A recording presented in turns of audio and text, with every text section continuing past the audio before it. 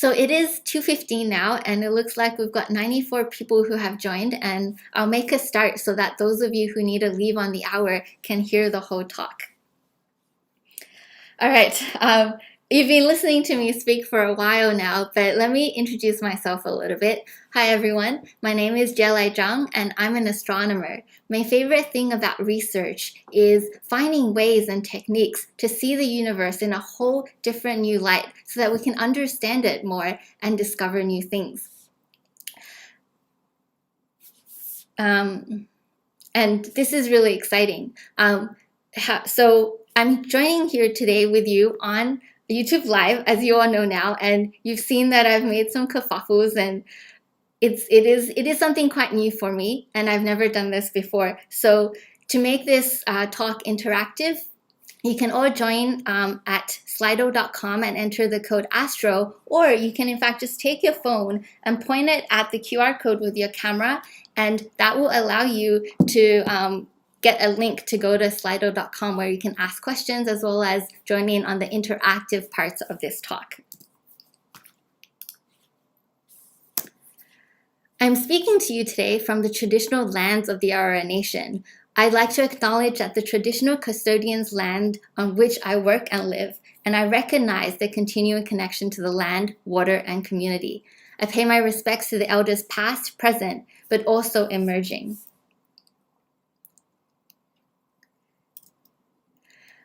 I'm joining you all today, and you're all in your respective houses, so it's very hard for me to get a sense of where you are and what you're all doing. So the first 3 questions I've got for you today is about you. Would you be able to tell me what time it is over there? If you're on slido.com, the question should pop up for you. I've got 3 responses now, 4 responses. This is good. This is a good time zone for most of you. Somebody is joining in the morning, 6 a.m. to noon, midnight to 6 a.m. Wow, we've got somebody joining in the middle of the night. Welcome and thank you for joining us today.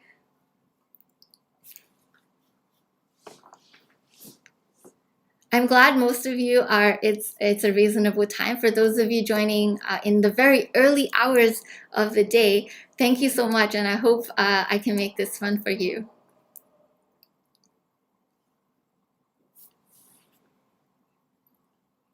I'll wait till this goes up a little bit more. There's actually a few people joining us between midnight and 6 a.m. Wow, thank you.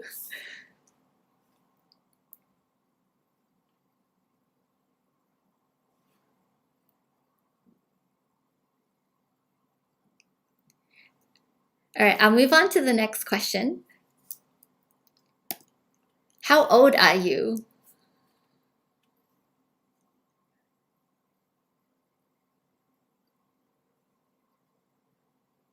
All right, people are getting faster at answering these. This is great.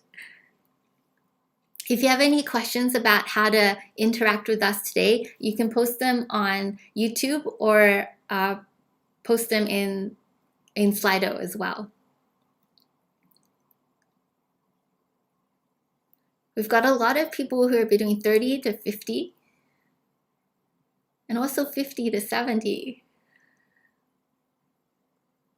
12 to 18. Oh, a few people younger than 12 and older than 70. Well, welcome to all of you. It's so exciting to see such a wide range of ages joining with us today.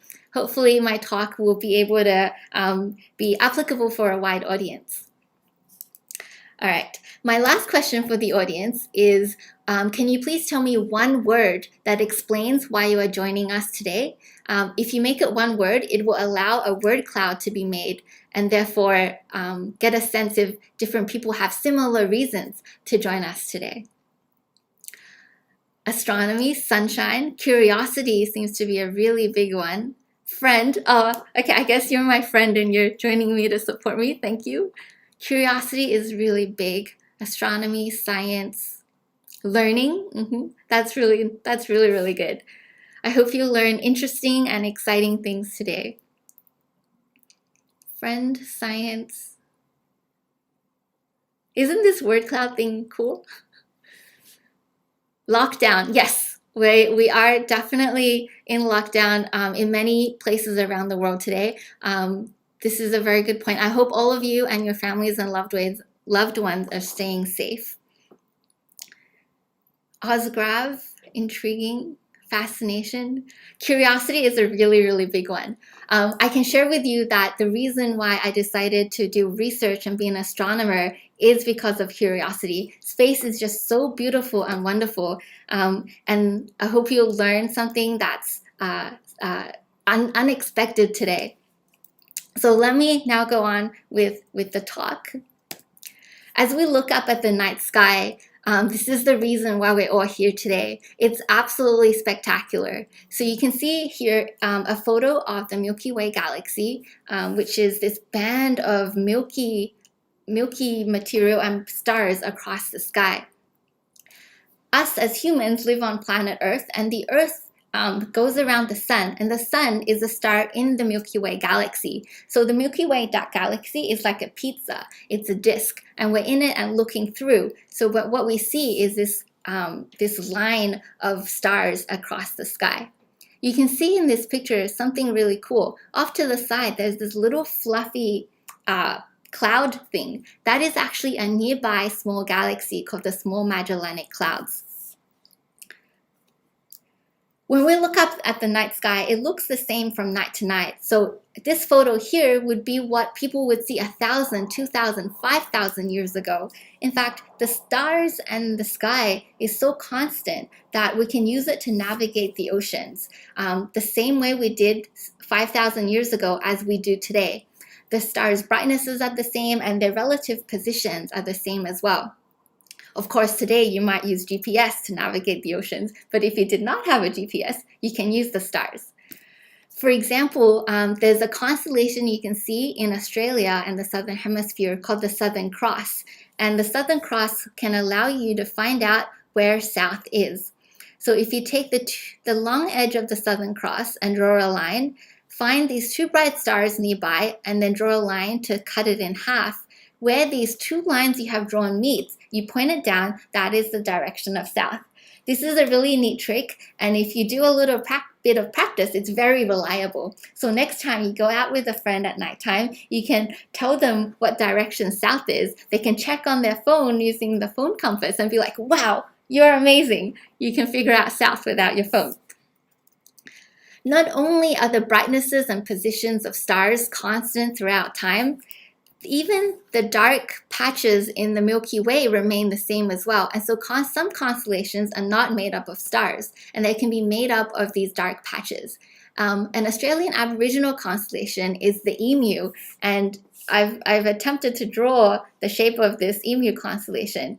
An emu is an Australian animal that looks like this. They are very intense. Do not approach or interact with them. They can peck you really hard, and that's very dangerous.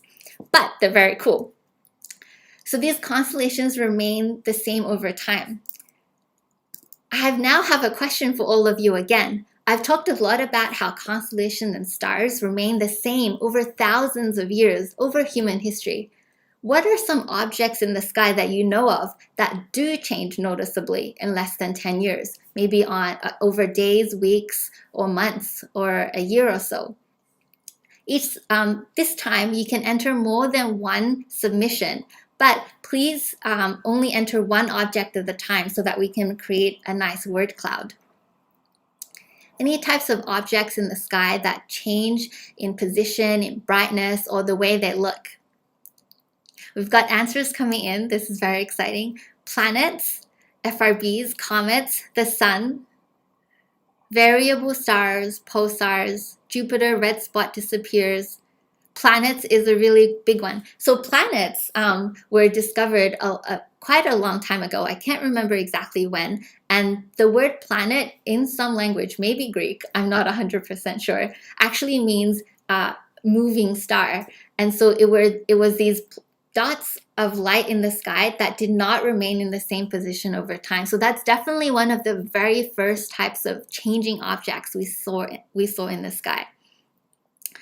There's comets, moon. Yes, the moon looks different from night to night. And that's because of the shadow That's because of the light not illuminating the whole moon, which we can talk about after if you're interested about the phases of the moon.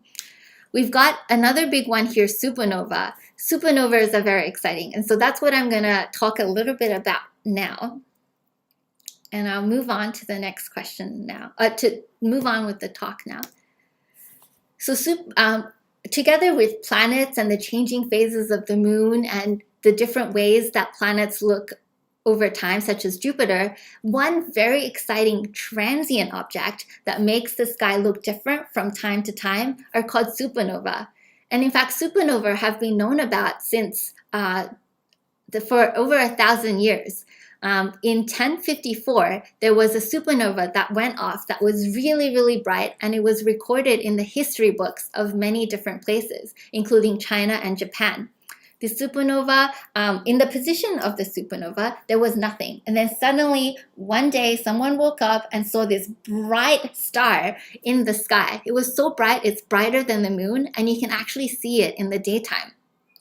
It's very strange to see stars in the daytime because usually we don't see stars. The reason we don't see stars is not because they're not there. You look in the sky in that direction, the star is still there. You just can't see it because the sun is so bright.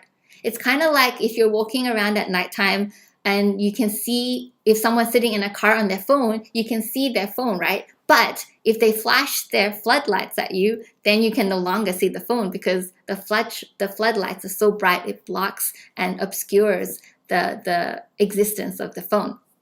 So this supernova was so bright, it was visible in the daytime sky for over 3 weeks. And even after that, it was visible in the nighttime sky for over 2 years. So we've known about some transient objects for a very long time. What I want to talk to you about today is that other than supernovas, we didn't know about anything that changed in the sky for centuries until 3 recent discoveries. And these 3 recent discoveries completely changed our view of the universe and the kinds of activity that can go on and how fast these activities can occur. The first discovery was made serendipitously, so it was made by chance. And it was made by people who were not even trying to study the cosmos. In the 1960s, the US and the USSR, which is what Russia used to be called, they were in a Cold War. It means they were competing with each other to build the best technology, come up with the best science, and show who is the best and strongest. However, when they invented nuclear weapons in the 1960s, they decided nuclear weapons should not be messed with, and they decided to sign a treaty to say we are not allowed to test nuclear weapons. Even though this treaty was signed, the US did not just want to trust that Russia was going to abide by a signed piece of paper. And so the US launched a series of satellites called the Vela satellites. Vela means watch in Spanish. These satellites were launched into space to catch the signatures of nuclear weapon tests so that they can see if Russia was actually abiding by the treaty or not. These satellites that go into space cannot tell what direction the signature of the nuclear activity is coming from. But if you launch several satellites into space, then if they all observe some nuclear testing activity, the timing of when they detected that activity can tell you the location of the nuclear test site. So this way, the US can be like, hey, some nuclear test activity went off, and figure out where it is, go check it out, find out what's going on, and then go up to Russia and say, hey, you said you won't test, now you're testing, what are we gonna do about it? Something that's really cool though is while they're detecting these nuclear tests, before I say that, what signatures are there to detect for nuclear bomb testing? So the nuclear bomb testing, these are very energetic, super energetic activities, and that comes with releasing very energetic types of light. You're all very familiar with visible light, which is the light that we can see with our eyes. This light, but actually there's a whole range of different types of light that's both more and less energetic. For example, the sun releases UV light, which can cause cancer. There's X-ray light that allows you to image bones, and there's gamma radiation or gamma rays. You might have heard about this in superhero movies, gamma ray, thunder, lightning storm, and suddenly you have superpowers. The superpower part is fake, but gamma rays do exist. And the lower energy end, there's also infrared radiation, which is used in TV remotes, and radio waves, which is used to listen to the radio. That's before everybody started listening to the radio via the internet, of course. So these nuclear bomb testing will release the most energetic types of light, this gamma rays and X-rays. And the Vela satellites are designed to be able to measure X-rays and gamma rays. But in 1969, some strange things were detected. They observed some gamma rays, but they were not coming from anywhere on Earth. They were not even coming from the sun. Sometimes when the sun flares and they can release some gamma rays. But this gamma radiation was not coming from the Earth, not coming from the sun, and it was a burst. Some of them were less than a second, and some of them were up to 30 seconds. They were named gamma ray bursts because it was a burst of light and then it disappears. This was this was published in 1972. It wasn't until 1997, approximately 30 years later, that we found out just a little bit more about these gamma ray bursts. It was really hard to figure out what they are because they would burst, disappear, and then you have no trace of it to follow up and then study it further and find out what it is. But 30 years later, people designed these telescopes that was able to find a lot of gamma ray bursts, and what they found was these gamma ray bursts were going off in every direction in the sky.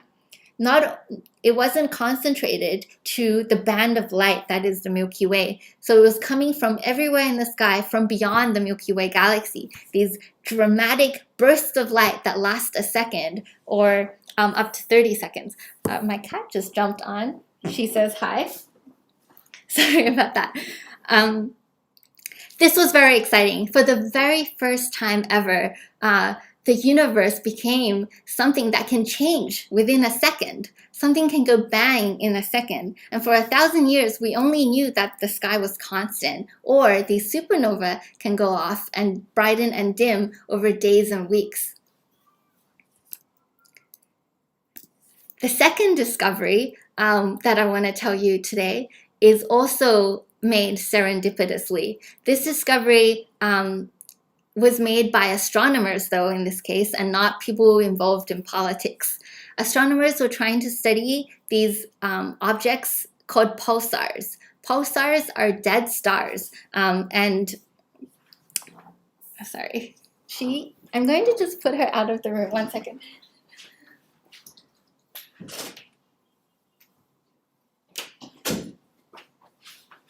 Sorry about that. Pulsars are dead stars, and they have very strong magnetic fields, and they can spin up to 1,000 or more times every second. The strong magnetic fields cause these radiation to come out in 2 jets on either end. And as the pulsar spins, this radio light will spin in and out of the direction of Earth, just like a lighthouse. So what we see are flashes of radio light up to 1,000 or more times a second. And these were being studied by astronomers to understand dead stars. Something that's very cool about radio light happens. There's a cool thing with radio light when it travels through material in the universe. So a pulsar emits radio light. Some radio light is shorter frequencies, and some radio light is at longer frequencies, and they all travel through space uniformly.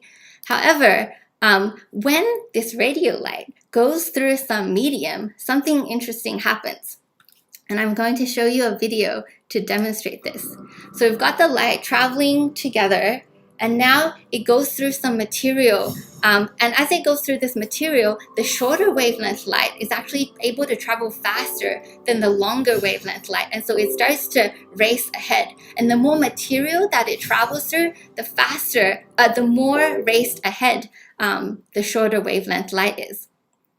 For these dead pulsar stars in the universe, the time delay between the arrival time of this shorter wavelength and the longer wavelength is not huge. It's about up to or around a millisecond. And so astronomers were studying these pulsars when they found a very strange signal. This is a scientific plot, so let me explain it a little bit. This is a signal they found. They found a giant pulse of radio light where on the x-axis here you've got time, so this is 0, and here you've got 500 milliseconds, which is half a second. And on the y-axis, it's frequency. This is a higher frequency and a shorter wavelength. And this is a larger frequency and a longer wavelength. So you can see the longer wavelength light of this signal arrived later than this shorter wavelength light. But the interesting thing is that the delay time between the longer and the shorter wavelength light was almost half a second. Remember these pulsars that astronomers are studying? The delay time is about 0.001 second. And here it's 0.5 seconds. Not only that, pulsars will emit these pulses of light up to 1,000 or more times a second, but this was a single pulse of light that seems to be coming from something that's potentially very far away because it had to travel through so much material to get to us. I'm now going to ask you another question. But before I ask you that question, which is about how far you think this burst of radio light is coming to us from, I'm going to show you a video to give you a sense of different lengths in the universe.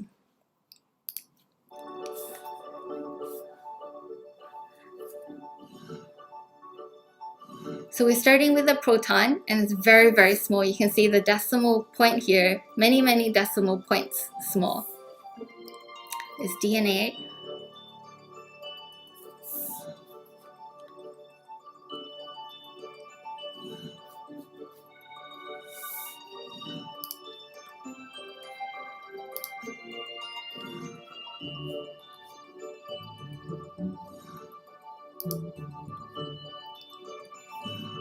We're up to ants and pennies.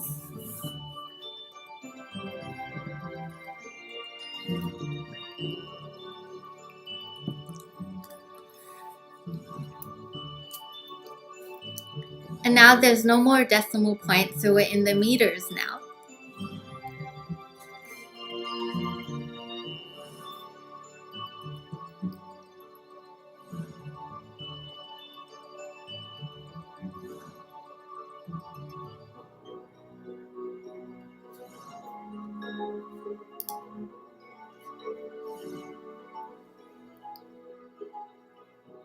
This is very America focused.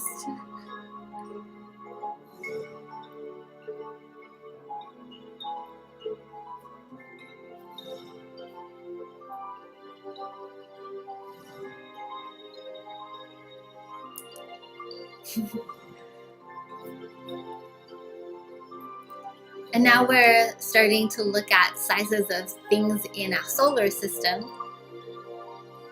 You can see how that's a lot of zeros.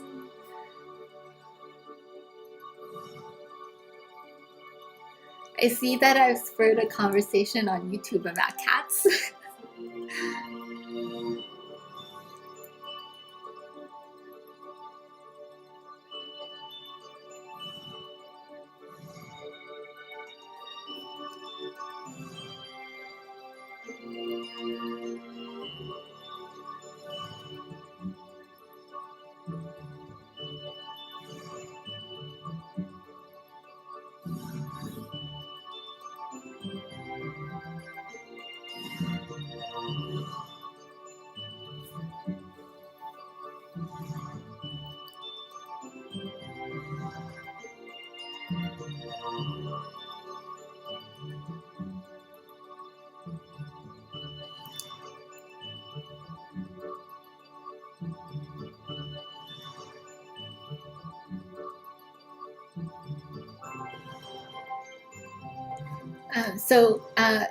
In the YouTube video, Cat's Public Lectures is answering questions. Shout out to Sarah Webb, and Simon Good, who are graduate students at Swinburne University who are helping me answer questions.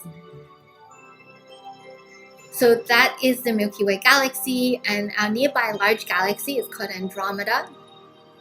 And if we zoom out even more, you can see there's galaxies around us, including the Small Magellanic Cloud would be in that spot there. Galaxies are clustered into clusters of galaxies, and then those are clustered into superclusters of galaxies. And on the larger scales, we have the observable universe. All right, so now you have a little sense of what are the different scales in the universe. I have a question for you. This burst of radio light that was observed with a half a second time delay in arrival time of the shorter and longer wavelength light, that was named a Lorimer burst, named after the person who discovered it. I have a question for you, which is, how far away do you think this is, this crazy thing which had a 0.5 second delay time, a delay arrival time?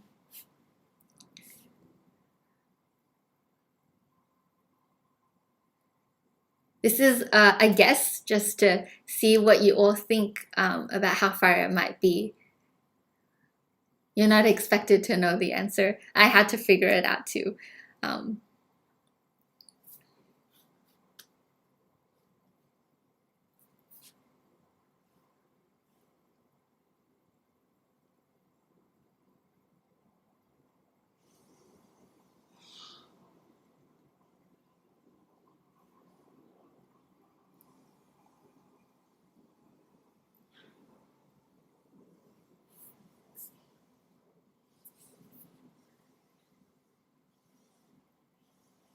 All right, so it looks like most people are guessing beyond our Virgo supercluster, but there are also some people that think it might be within, or maybe it's in the solar system, and we all got tricked.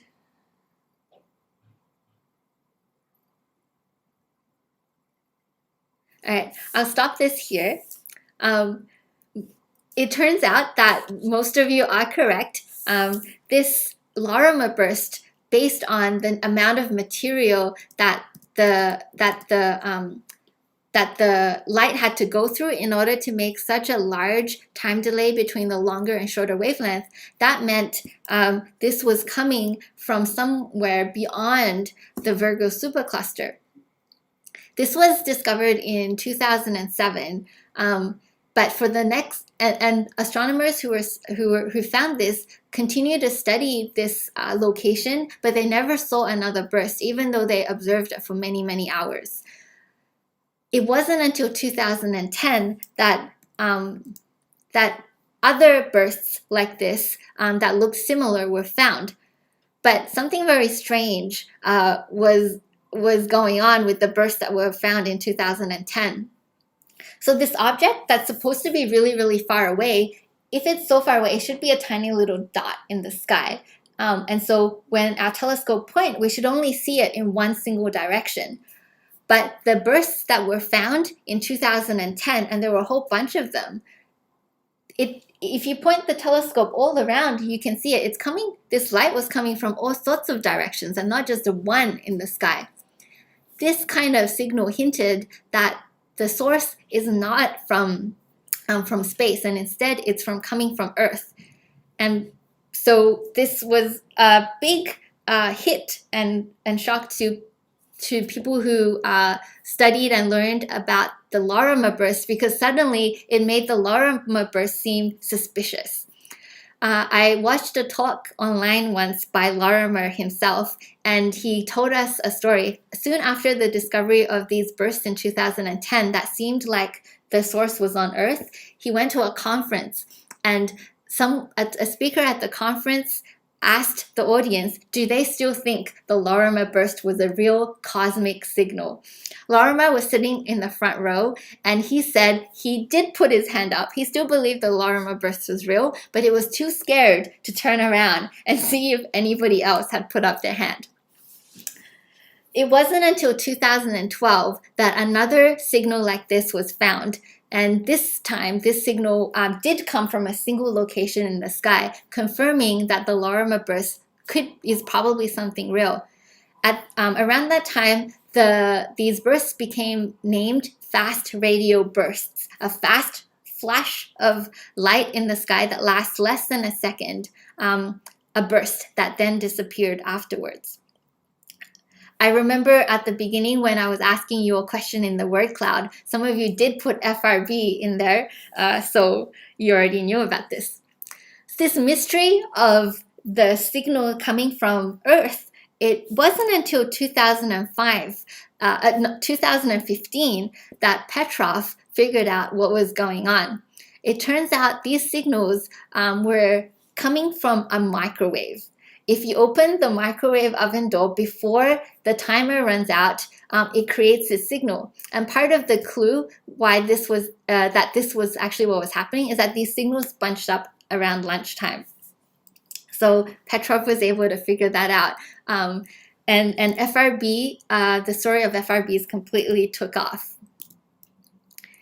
So now I've told you two amazing discoveries that were made serendipitously of how the universe and the sky changes on the timescale of seconds. We've got gamma rays, the most energetic type of light, going boom in the sky all over. And we've got fast radio bursts.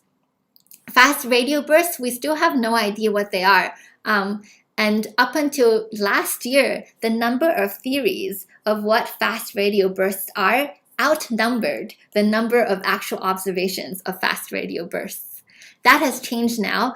We've got many, many more observations of fast radio bursts. I've got one final story to tell you about a discovery that is actually very personal to me. And this is a discovery and observation of gravitational waves. During my PhD, I actually studied galaxies, and galaxies don't change very much in human lifespans. By very much, I mean they don't change at all. And but now I'm studying the transient universe, how the sky changes on timescales of seconds. And what motivated me was really this discovery. It all started in high school in physics class. One day, the teacher was telling us about how great scientists are and how difficult their work is. And my teacher, she gave me the example of people trying to detect gravitational waves. And she told me and the rest of the class, but it felt like she was just speaking to me. She told us that scientists have been trying to detect gravitational waves for 40 years. And this is something that was predicted by Einstein 100 years ago, but they haven't been able to find this yet. This is an example to show how hard you have to look and how hard you have to try in science to make discoveries. So this discovery is totally the opposite of the discovery of fast radio bursts and gamma ray bursts because it was meditated. It took a lot of effort. It took whole careers of people. And so to me, the detection of gravitational waves was the holy grail of the persistence in the pursuit of science. In 2016, gravitational waves were discovered for the first time. And I thought, wow, we did it. By we, I mean, obviously I didn't do anything, but as a human race, we did it. We detected gravitational waves. And it was done by scientists who, they spent their whole career on it. And until it was detected, they didn't even know if the thing they spent their whole entire life on was going to result in any detection at all. It's just very inspiring to me. How do you detect a gravitational wave? Well, a gravitational wave is the warping of space-time itself. And you can notice this. If a gravitational wave were to come across in this direction and go through my arm, then the length of my arm would shrink and grow until the wave passes through. This is a very difficult thing to measure because any gravitational wave will change the length of my arm by such a small amount that it's completely not noticeable to me or anyone in the universe. What makes a gravitational wave? Well, gravitational waves are made by a mass that moves through space. So right now, as I'm doing this whoop whoop action, my hand is creating a gravitational wave, but it's so small and imperceptible that nobody in the universe will ever notice. But in the universe, we have very, very massive objects that are moving and accelerating around very quickly, such as maybe black holes. And these should give off gravitational waves that might be detectable on Earth. Not by my arm, of course, but by gravitational wave detectors. So here is the picture of a, oh, you noticed. Thank you, Scott. I think Scott means they noticed my arm moving around. Thanks. Anyway, so gravitational wave detectors are made up of two arms, and they are built so that the lengths of the two arms of these detectors are exactly the same. In this case, it's 4 kilometers long each. The actual absolute length of these arms is not the change in their length as a gravitational wave goes through would not be measurable because it's too small. We just wouldn't notice. But we do have a way to measure the difference between the length of these two arms. And so if a gravitational wave were to come through this way, it would shrink and grow this length compared to this length. And therefore we would make a detection in this building over here. Just like the Vela satellites, these gravitational wave detectors cannot tell what direction the gravitational wave came from. However, if you have many of these gravitational wave detectors, then you can figure out the direction from which it's coming by looking at the timing of when the signal arrived at the different detectors, just like the Vela satellites. All right, so here is the discovery in 2016. This panel here, the second panel here is the data that was observed at the gravitational wave detector. This is a model or a simulation of what this data could be of. And here in the bottom panel is the model minus the data. This is to have a look at how similar the model and the data is. On the x-axis is time. And so from here to here, the signal only lasted 0.2 seconds. And on the y-axis is the difference in length of the two detector arms over time. In the top panel here, it shows you physically what was happening. And we could tell this based on modeling the data.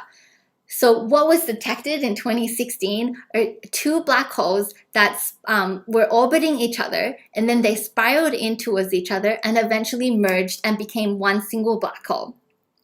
This was an absolutely phenomenal discovery. Not only was this the detection of gravitational waves for the very first time ever by scientists who've been working on this for 40 years, it was also the first direct detection of black holes. It was also the first ever confirmation that binary black holes that orbit each other actually existed. I remember the week that this news came out, I was walking down the corridor in Toronto where I did my PhD, and a friend was walking towards me, running towards me, very excited to tell me something. And he said, "Guess what? The thing that I've been doing my whole PhD on, I now know that it actually exists." So my friend worked on binary black holes, and many people had been studying these for a long time, even though we didn't know if they really existed or not. Because we've never made a detection before. This was really, really exciting. The energy that's released by the two black holes merging together to make one, this energy was released within 0.2 seconds. And the amount of energy, if you convert it to visible light, is equivalent to the amount of light released by 10,000 Milky Way galaxies. But instead of this energy coming from 10,000 Milky Way galaxies, it came from two black holes. This is absolutely amazing. So I wanted to ask you a question. I've been talking on and on about how difficult it is to make the measurement in the length difference of these gravitational wave detectors. So what do you think was actually the measured length difference? Thickness of a hair. This is tiny. Imagine trying to measure the difference measure a length that's the thickness of a hair over 4 kilometers. Got less than the size of an atom. Can you even do that? That's crazy. Size of an atom, So most people are saying it's less than the size of an atom. I'll wait till this number goes up a little bit more.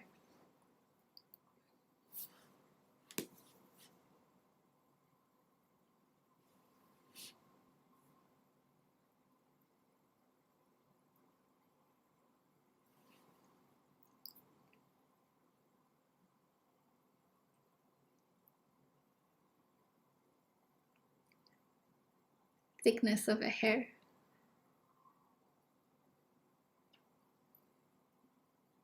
Less than the size of an atom is winning again.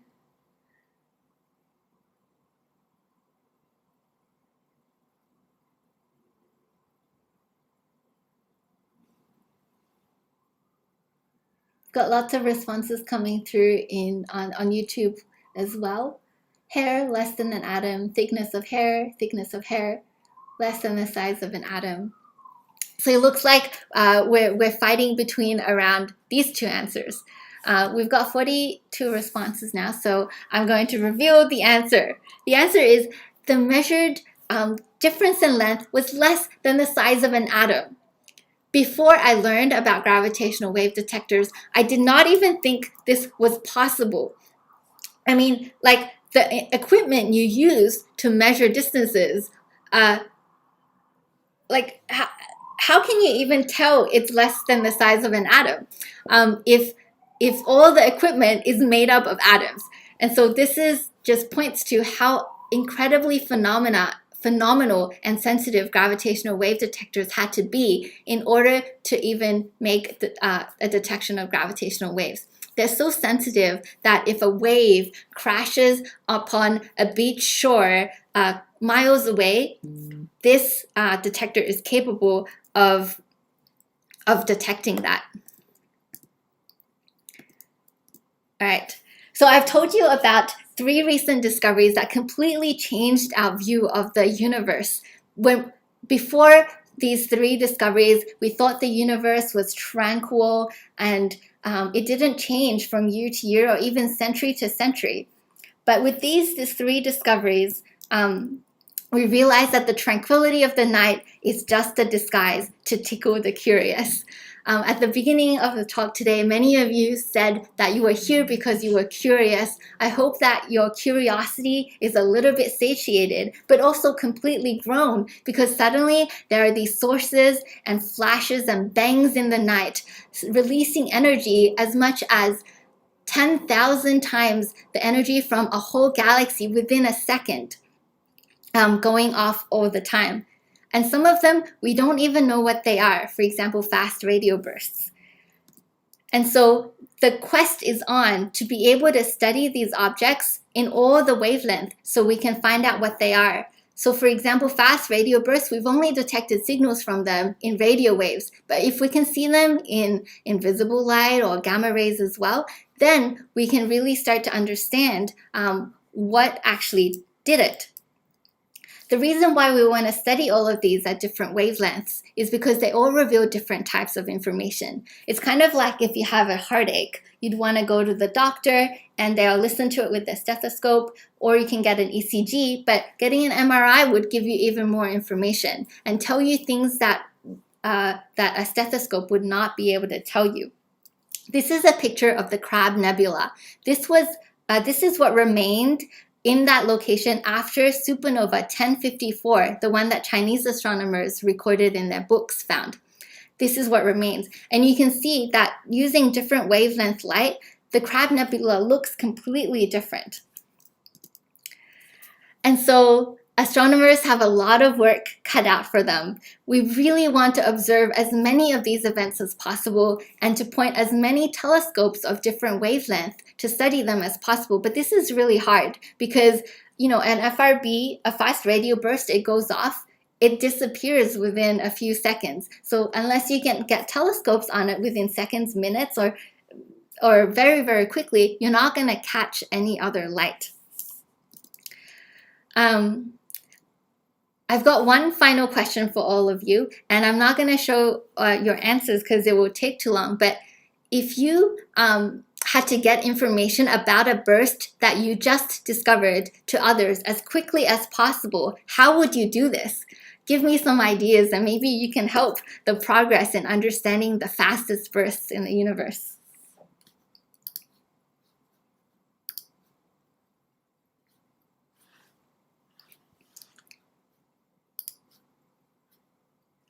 I'm trying to see.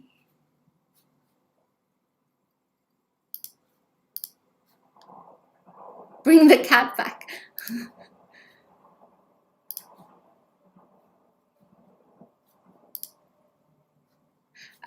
So I'm not sure, again, I have a technical difficulty. I'm not sure how I can see if people are putting the answers in, but I'll just leave this up for you to pop in your answers. And if you can't into this question, then feel free to offer me suggestions, ideas in YouTube or in Slido's question and answer as well.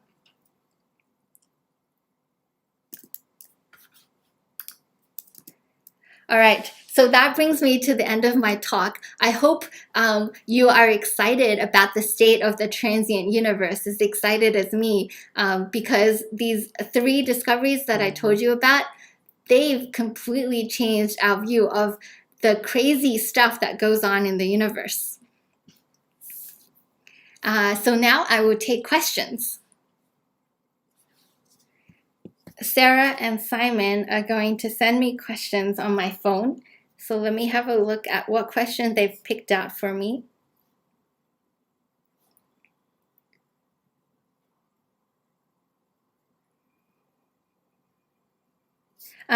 When will Betelgeuse explode?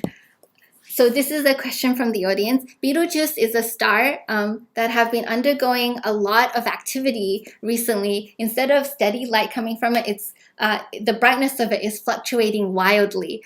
I can't give you a very informed answer of exactly when it might explode. Firstly, nobody knows, and it's very hard to predict. However, I can't even remember off the top of my head what are the possible ranges. And so what I can do is I will look this up and post the answer on the YouTube link. But if you want to, you can also ask me on Twitter. You should be able to see my Twitter account to the left of the screen. And I will give you a more informed answer because I don't want to say something that's not true. And Betelgeuse is very exciting, so actually there's probably a lot I can say. I'll just have a read about it and post to you a better answer. The next question is, what imparts spin to solar, star systems, galaxies, etc.? What imparts spin to solar? Oh, that's the same question. So this question might have come up because when I was talking about pulsars, and I said it can spin up to 1,000 or more times a second. What is making all this stuff spin? Like, the universe looks so peaceful. Why is everyone spinning so fast? Well, stars and galaxies, they form over time, and they form out of the material in space.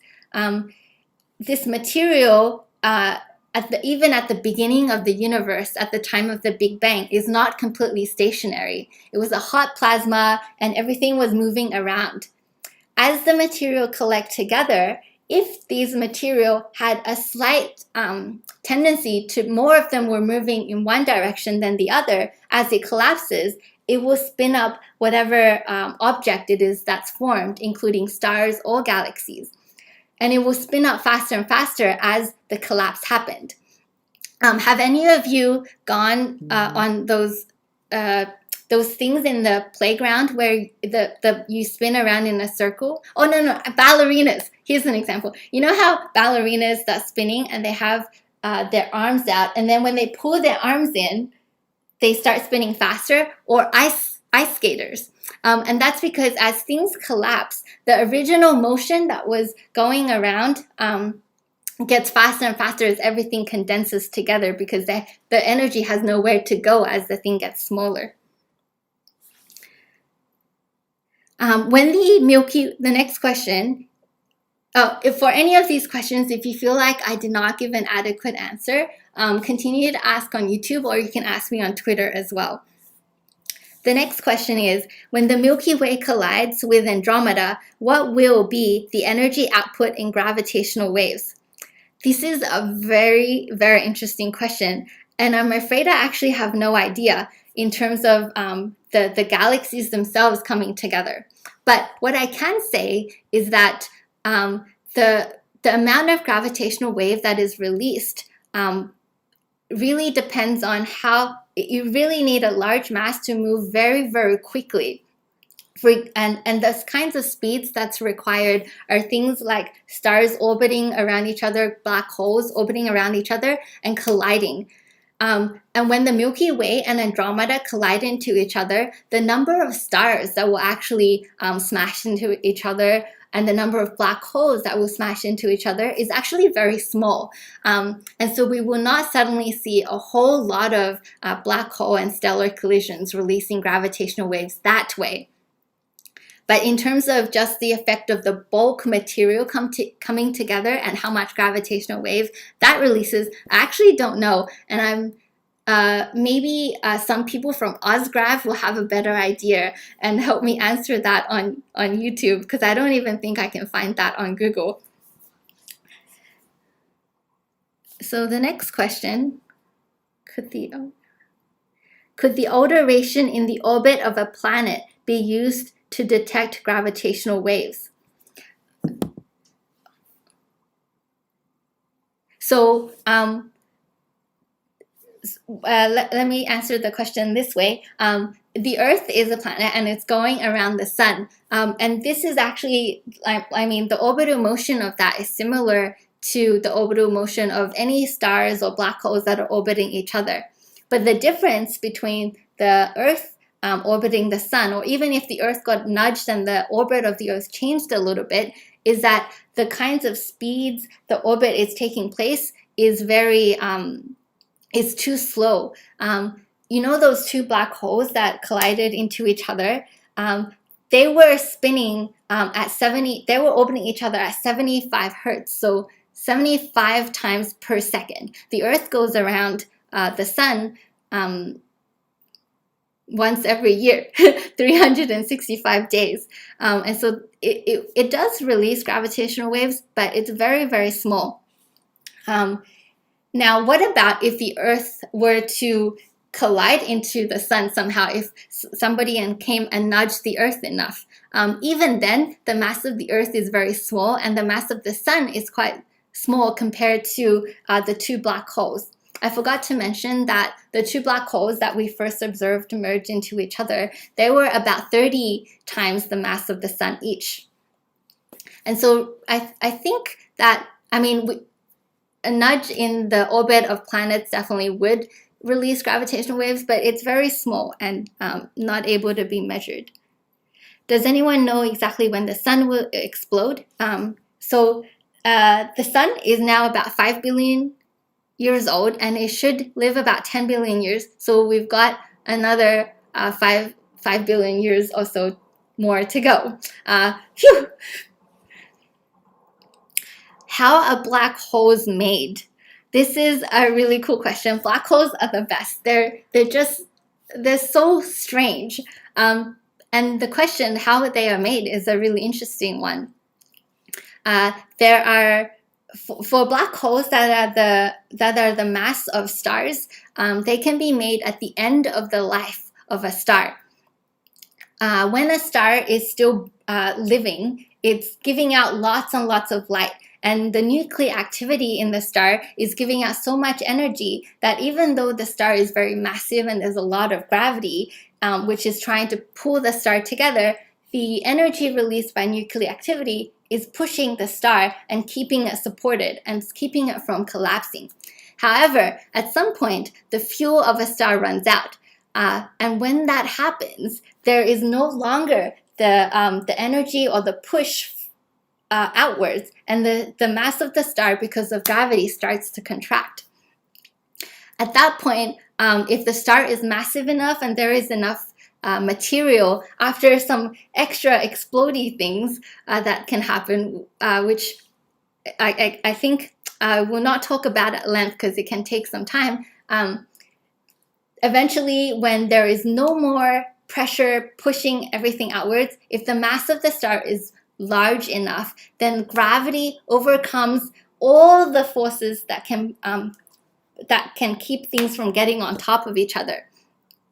For example, if you have electrons and you're trying to push electrons together, the electrons are negatively charged. And so you try to push them together. They're like, we're all negative. We don't like each other. And they don't want to get together. Similarly with protons, they're all positive. They're like, no, I don't want to get together. And so they will keep everything from collapsing. But there's a point where gravity is just so strong because it can keep it becomes stronger and stronger the more material you have. It can overcome all of these forces that push outwards, and the material just cannot be supported anymore, and it collapses. At that point, it becomes a black hole. Everything is on top of each other, and it's super dense. It's so dense that nothing can escape from it, including light. Do gravitational waves combine and superimpose like typical waves? I have, yes.